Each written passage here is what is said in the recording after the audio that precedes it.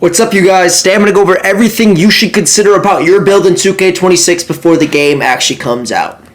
Now, first thing we're going to cover is the shooting system, and then we're going to go over builds, what you should look for in your builds, what I think the meta is going to be based off of what we heard about 2K26, and then we'll wrap it all up.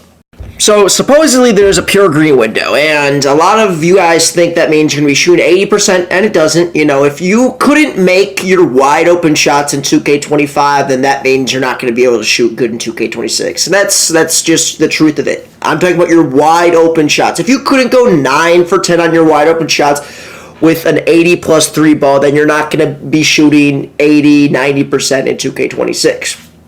But I do want to break down what that's going to mean for the meta, for the builds, and just what a pure green window could mean. Okay, I'm going to try to dumb this down as much as I can without sounding like, a know-it-all. But in 2K24 and 2K25, we had two different shooting systems. Obviously, Marauder, we know that every 2K has a different shooting system. Correct, but 2K25 and 2K24 had what I like to call an independent shooting system and a dependent shooting system. Well, Marauder, what does that mean? In 2K24, you controlled how big your green window was. And in 2K25, your teammates or how the game was going could hamper or increase your shooting, your green window. Marauder, give me an example. Okay, so in 2K24, if you got steals, if you were making assists, if there was green machine, if you were making multiple shots in a row, your green window was getting bigger, and then you could shoot from farther, you could make reds, and you could control that. In 2K25, if your teammates are shooting good, if you're winning by a lot, things like that, your green window was going to go down, and vice versa. If your teammates missed a lot of shots in a row, if you missed a lot of shots in a row, if you're losing by a lot, 2K is going to keep you in the game and increase your green window.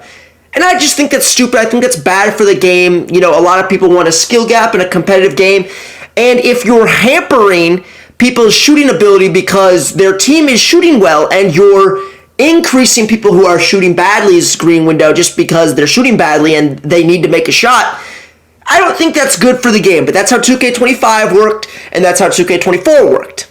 Now, in 2K26, supposedly we're going to get an independent shooting system. Meaning, if I make 6 shots in a row, I am not going to be penalized for shooting good like in 2K25. In 2K25, if I make 6 shots in a row, my green window is getting smaller and smaller every single time. If I'm wide open and I'm rhythm shooting and I've got a high 3 ball, yes, I can make my shot. But it's getting smaller and smaller constantly. Same thing if my teammates are making their shots. In 2K24, and hopefully in 2K26, it didn't matter how good I was shooting. It didn't matter how good my teammates were shooting. I was not scared to shoot the ball because I wasn't scared about RNG. I knew that my own shot timing, I knew that I could control my own green window because it was independent, unlike 2K25. So supposedly that's what we're getting in 2K26, and that should, in theory, make the shooting system better. Now, let's talk about what the meta is going to be now. I consider meta, like when I'm talking about the meta, I'm talking about 5v5 builds. And some of you guys don't care about this. Some of you guys are going to make your Carmelo Anthony or your LeBron build, and that's cool. What I'm talking about right now is going to apply to the people who want to just, their primary objective when they play 2K is to win, right? And 2K's talked a lot about how small guards are going to be, or not small guards, tall guards, they're going to be more viable. And on shooting guards, who knows, maybe 6'7", 6'8" might be really good this year. But point guards are still going to be smaller guards, like 6'4" at the tallest. 6'6" builds just, they don't belong at the point guard position. They're not fast enough. They don't have high enough ball handle. They don't have high enough 3. They're just, they can't play point guard. They never could. Unless you're Joe Nose in 2K24, but Joe Nose was the only person who could make that work. Literally every other 5-out team sucked. But yeah, on shooting guards, tall guards, 6'7", 6'8", probably at the tallest, may be good again.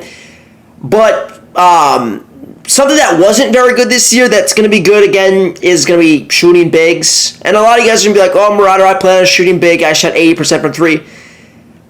At the highest level in competitive Pro-Am, shooting bigs were almost extinct because the pop was so inconsistent. Most bigs were shooting 50% at best.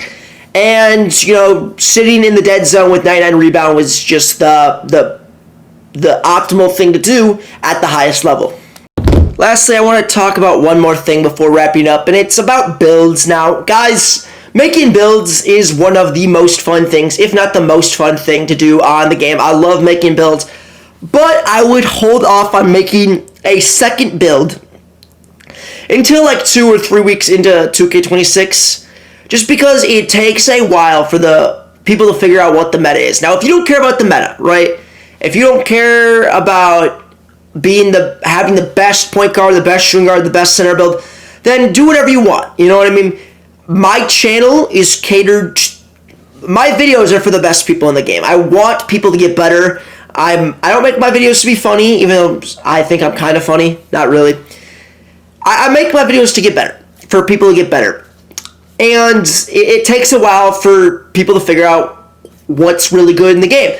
For example, in 2K25, lockdowns with strength, it didn't matter. Strength was not a stat that mattered on lockdowns.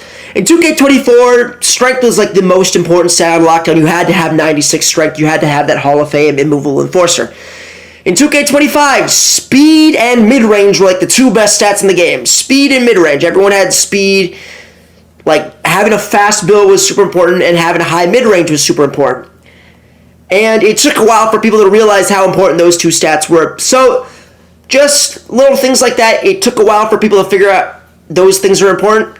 So, without glazing myself too much, I would wait until I make a video on, you know, what's going to be good this year, how the shooting system works, what 3-ball you need, what height's going to be good. I would wait for Marauder to make a video, but, you know, there's plenty of other good YouTubers out there too. Just, I would try not to make 3 builds at the beginning of the game if you care about being good, because odds are most of those builds probably aren't going to be the best, just because it takes a while for people to figure out how the game works. But yeah, let me know what you guys think the meta is going to be for 2K26 or how the shooting system is going to work. Give me any of your insight. I'd love to hear it. I read all of your comments, even though sometimes I don't comment back because I'm lazy, and I need to get better at that, because if you made it to the end of this video, I genuinely love you and genuinely appreciate you so much.